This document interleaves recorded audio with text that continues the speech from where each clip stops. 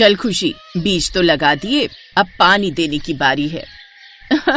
हाँ माँ, सही कह रही हो, इसमें हंसने वाली कौन सी बात है? कुछ नहीं माँ, बस ऐसे ही। अरे बोलना, क्या हुआ? माँ, आपको पता नहीं है क्या कि मुझे लौकी कितनी अच्छी लगती है, और आपने इस बार खेत में लौकी के ही बीज बो दिए। अरे ये सारी तो मैं ही खा जाऊंगी, तो फिर आप बेचोगी क्या? हट पगली, कुछ भी बोलती है। चल अब खेत में पानी देना है, बड़ी आई सारे खेत की लौकी खाने वाली। खुशी हंसते हंसते अपनी माँ के पीछे पीछे चल दी। खुशी और उसकी माँ सरिता दोनों को ही लौकी बहुत ही पसंद थी। वो अक्सर घर में लौकी ही बनाते। एक तस्वीर ये थी तो दूसरी तरफ। माँ जल्दी लाओ ना, खाना, भूख लगी है। हाँ बस 2 मिनट और रुक जा बेटा। जल्दी से खाना खा के दुकान पर जाना है भाई, थोड़ा जल्दी कर लो रानी। हाँ जी, बस हो गया। वैसे भाग्यवान, क्या बनाया है आज? खुशबू तो बहुत अच्छी आ रही है। बैंगन का भरता और पराठे हैं जी। क्या बात है माँ, मजा आ जाएगा। माँ वैसे एक बात बोलूं? हाँ बोलना। ये लौकी वौकी मत बनाया करो तुम, मुझे तो बहुत ही बुरी लगती है। कल बिल्कुल मजा नहीं आया खाने में। हाँ यार, पेट तो मेरा भी नहीं भरा था कल। बताओ, लौकी भी कोई खाने लायक चीज है क्या? अब मुझे तो ठीक ठीक लगती है। हाँ तो फिर क्या जरूरत है लौकी बनाने की, जब किसी को पसंद ही नहीं है तो?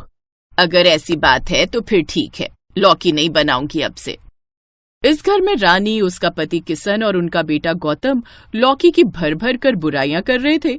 तो उधर खुशी के घर में, माँ बस जल्दी से आ जाओ, लौकी के कोफ्ते देखकर तो मुझसे रुका ही नहीं जाता। हाँ हाँ आ रही हूँ। अच्छा सुन, तुझे एक बात बतानी थी। हाँ माँ बोलो ना। अरे वो अपने बड़े पंडित जी हैं ना, उन्होंने एक अच्छा रिश्ता बताया है तेरे लिए। क्या माँ, मुझे अच्छे से लौकी खाने दो ना, बाद में बात करें ये शादी वादी की। अरे सुन तो ले, सुना है अच्छा घर बार है, खुद की बड़ी दुकान है, एक ही बेटा है और बाप बेटा दोनों दुकान संभालते हैं। मैंने तो बड़े पंडित जी से कह दिया कि रिश्ता इतना अच्छा है तो हाथ से जाना नहीं चाहिए। सरिता की बातों का खुशी पर कोई असर नहीं पड़ रहा था, क्योंकि उसका सारा ध्यान तो लौकी के कोफ्तों पर था। फिर कुछ दिन बाद गौतम और उसके घर वाले खुशी के घर आए और उसे पसंद कर चले गए। और फिर कुछ दिन बाद गौतम और खुशी की शादी हो गई। शादी के बाद पहली रसोई वाले दिन, लीजिए खाना तैयार है। क्या बात है खुशी बेटा, वैसे क्या बनाया है? हाँ हाँ बताओ ना, हम भी तो देखें कि तुम अपने मायके से कौन सा शाही खाना सीख कर आई हो। नहीं, ऐसा कुछ खास तो नहीं है, मैंने तो लौकी के कोफ्ते बनाए हैं मम्मी जी। इतना कहना था कि तभी गौतम का मुंह बन गया और उसकी यह हालत देखकर रानी और उसका पति किशन हंसने लगे। तभी, क्या हुआ मम्मी जी, इन्हें लौकी पसंद नहीं है क्या? अरे नहीं नहीं, ये तो लौकी का दीवाना है, इसे तो लौकी बहुत अच्छी लगती है। अरे वाह, ये तो बहुत ही अच्छी बात है। फिर तो मैं आपको तरीदार लौकी, सूखी लौकी, लौकी के कोफ्ते, लौकी की बर्फी और हाँ, लौकी का भरता भी बनाकर खिलाऊंगी। लाओ भाई, खाना लगा दो। खुशी ने चहकते हुए कहा, लेकिन उसकी बात सुनकर इस बार रानी और किशन भी चुप हो गए।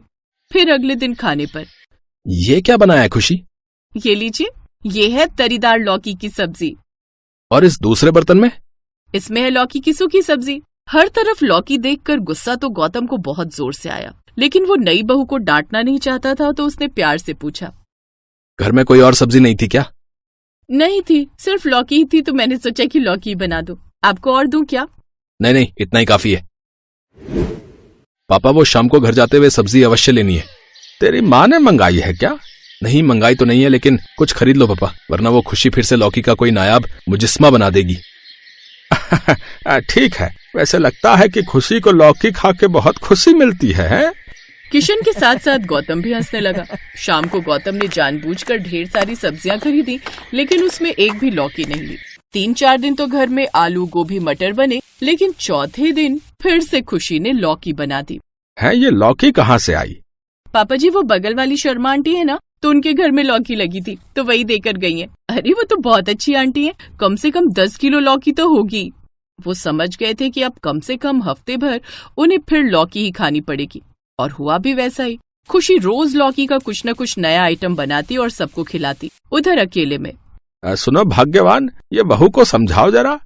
अरे यार, उसे लौकी अच्छी लगती है तो बस अपने लिए बनाए ना, हमारी जिंदगी में क्यों लौकी को बसा रही है? और ये बगल वाली शर्माइन, ये ऐसी कितनी लौकी दे गई है कि जो खत्म ही नहीं हो रही। अरे पूछो मत, ढेर सारी लौकियां दे गई है। किशन और गौतम ने बड़ी मुश्किल से वो हफ्ता लौकी खाते हुए काटा। वो लौकी खाकर परेशान हो गए थे। फिर गौतम ने अपने पापा से कहा, पापा एक बात बताऊं? हाँ बेटा बोल। लौकी खत्म हो गई। क्या बात कर रहा है, सच में? हाँ पापा, शाम को लौटते हुए सब्जियां ले आएंगे। जैसे ही दोनों बाप बेटे दुकान के लिए निकलने लगे तभी उनके सामने खुशी की माँ सरिता आ गई, जिसके बगल में एक बड़ा सा बोरा रखा था। अरे बहन जी नमस्ते, कैसी हैं आप? मैं एकदम ठीक हूँ भाई साहब। आइए नमा जी, और ये क्या ले आई आप? कुछ नहीं बेटा जी, खेत में इस बार लौकी लगाई थी, बढ़िया फसल हुई थी तो बस वही लेकर आई हूँ। लौकी का नाम सुनते ही गौतम और किशन का मुंह फिर लटक गया। 2 दिन रहने के बाद सरिता वापस अपने गांव चली गई और इन 2 दिनों में घर में सिर्फ लौकी ही बनी। अपने पति और बेटे की यह हालत देखकर अब रानी को भी गुस्सा आने लगा, तो वो सीधा खुशी के पास जाकर बोली, इधर आओ खुशी, तुम्हें ये तो मालूम ही होगा ना कि गौतम और उसके पापा को लौकी बिल्कुल भी पसंद नहीं है, फिर भी जब देखो तुम कहीं न कहीं से लौकी मंगवा ही लेती हो, आखिर क्यों करती हो ऐसा? अब मम्मी जी लगता है अब आपको सच्चाई बतानी ही पड़ेगी। देखिए हमारे गांव में करीब करीब सारे किसान लौकी ही उगाते हैं। हाँ तो और ऐसा क्यों करते हैं सब? असल में हमारे गांव में एक मान्यता है कि हमारे खेतों पर कुबेर महाराज का आशीर्वाद है, तो हमारे गांव में उगी हुई लौकियों में कभी कभी सोने का भारी सिक्का मिलता है। क्या? सोने का सिक्का? हाँ, और वो भी इतना भारी कि उससे आप चाहो तो अपने लिए हार बनवा लो। खुशी की बात सुनते ही रानी की आंखें चौड़ी हो गई और फिर खुशी के साथ उसकी सास भी सोने का सिक्का पाने की चाह में शामिल हो गई। इसके लिए वो दोनों खूब लौकियां खरीदती और उन्हें काट काट कर चेक करती। ऐसे ही एक दिन, क्या माँ फिर से लौकी? लौकी का भरता है बेटा, कुछ अलग है, तू खाकर तो देख। हाँ देख लिया माँ, बिल्कुल अच्छा नहीं लग रहा है। पहले खुशी और अब रानी भी ढेर सारी लौकियां मंगवाती और फिर गौतम और किशन को वही खानी पड़ती। सोच बहू, अगर हम दोनों को ही एक एक सिक्का मिल गया तो? ऐसा नहीं होगा मम्मी जी, कहते हैं कि जिस परिवार में एक बार सोने का सिक्का निकल गया फिर दोबारा उस परिवार में कभी सोने का सिक्का नहीं निकलता।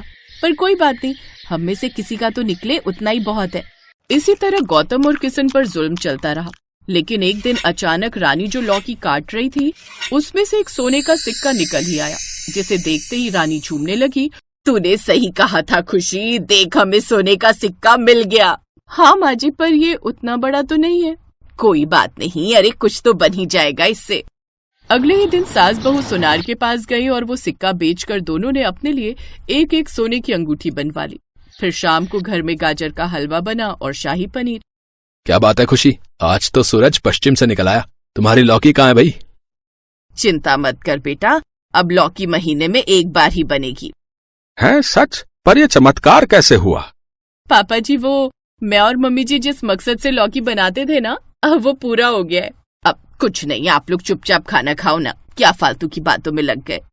फिर हंसते हुए खुशी और रानी वहाँ से चली गई और उनके जाने के बाद गौतम ने धीरे से कहा, भगवान का लाख लाख शुक्र है कि हमें इस लौकी से आजादी मिली। ओए आजादी मिली नहीं है, मुझे खरीदनी पड़ी है, वरना तो ये लौकी खा खा के मैं खुद ही लौकी जैसा हो जाता। लौकी में जिस सोने के सिक्के की उन दोनों को आस थी वो मैंने ही बाजार से खरीद कर उनकी एक लौकी में छिपा दिया था। हाँ, थोड़ा पैसा खर्च हो गया लेकिन कम से कम लौकी से छुटकारा तो मिला। क्यों, मान गया ना अपने बाप को।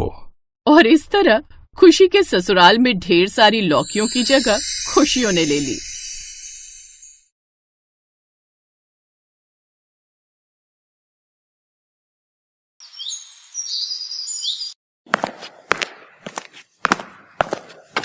अंजना बहू, सुनो तो मेरी बात।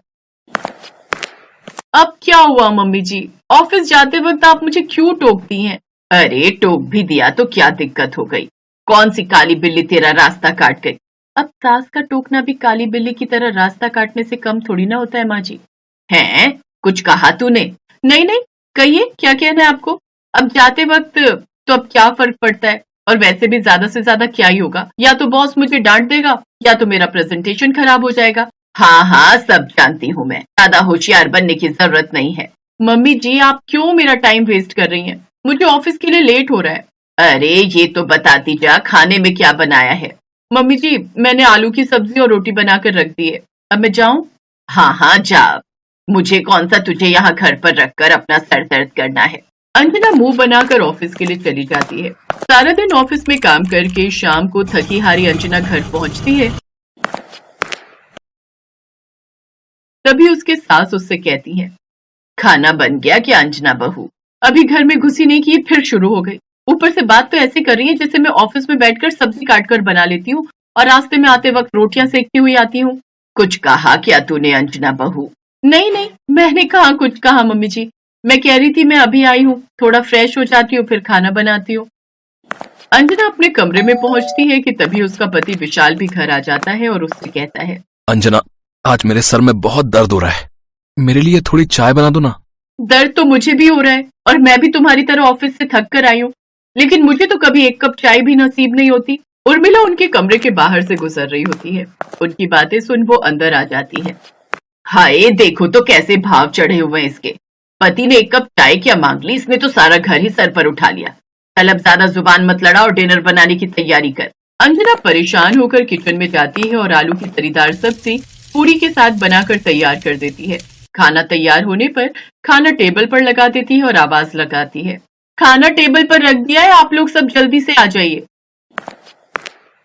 अरे वाह, खाना बन भी गया। लेकिन ये क्या है अंजना? तुमने फिर से आलू की सब्जी बनाई है? सुबह भी तुमने सूखे आलू बनाए थे। फिर से क्या मतलब है तुम्हारा? सुबह सूखे आलू थे और अब मैंने तरीदार आलू की सब्जी बनाई है। हाँ बहू, लेकिन है तो आलू ही ना।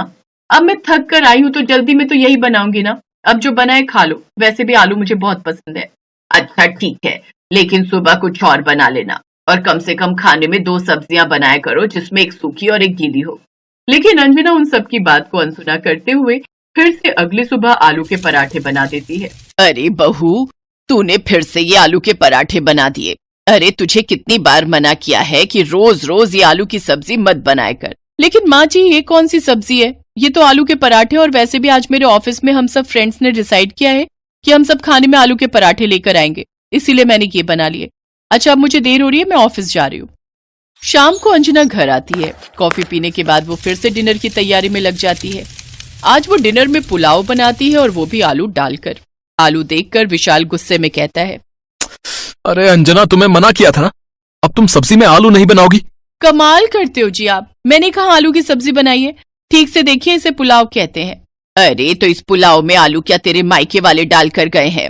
माँ जी, मेरे मायके वालों पर मत जाइए, चुप कर। अब आज के बाद तू वही सब्जी बनाएगी जो मैं ला कर दूंगी। अगले दिन उर्मिला बाजार से बैंगन लेकर आती है तो अंजना उसमें भी आलू डालकर आलू बैंगन बना देती है। उफ बहू, मैं ना परेशान हो गई हूँ इस आलू को देख देख कर। तुझे इसके अलावा और कुछ बनाना नहीं आता क्या? माँ जी, अब आप ही बताइए, ऐसी कौन सी सब्जी है जिसमें आलू ना डालते हो? बैंगन, गोभी, मटर, शिमला मिर्च, फली, भला ऐसी कौन सी सब्जी है जो आलू के बिना बनती हो? हर सब्जी में तो आलू डलता ही है ना। हाँ, लेकिन तू तो जानती है ना, आलू रात को खाने से मुझ में बादी बन जाती है। अब से तू एक वक्त का खाना ही बनाया कर। शाम का खाना मैं खुद ही बनाकर रख दिया करूंगी। कम से कम इस आलू से तो छुटकारा मिलेगा। ठीक है माँ जी, जैसा आप कहो। उस दिन के बाद से सुबह का नाश्ता अंजना बनाती तो वहीं रात का उसकी सास बनाकर रखती। इस तरह जहां अंजना को एक वक्त के खाना बनाने से छुटकारा मिल गया, तो दूसरी तरफ उर्मिला भी अपनी पसंद की सब्जियां बनाकर खा पाती।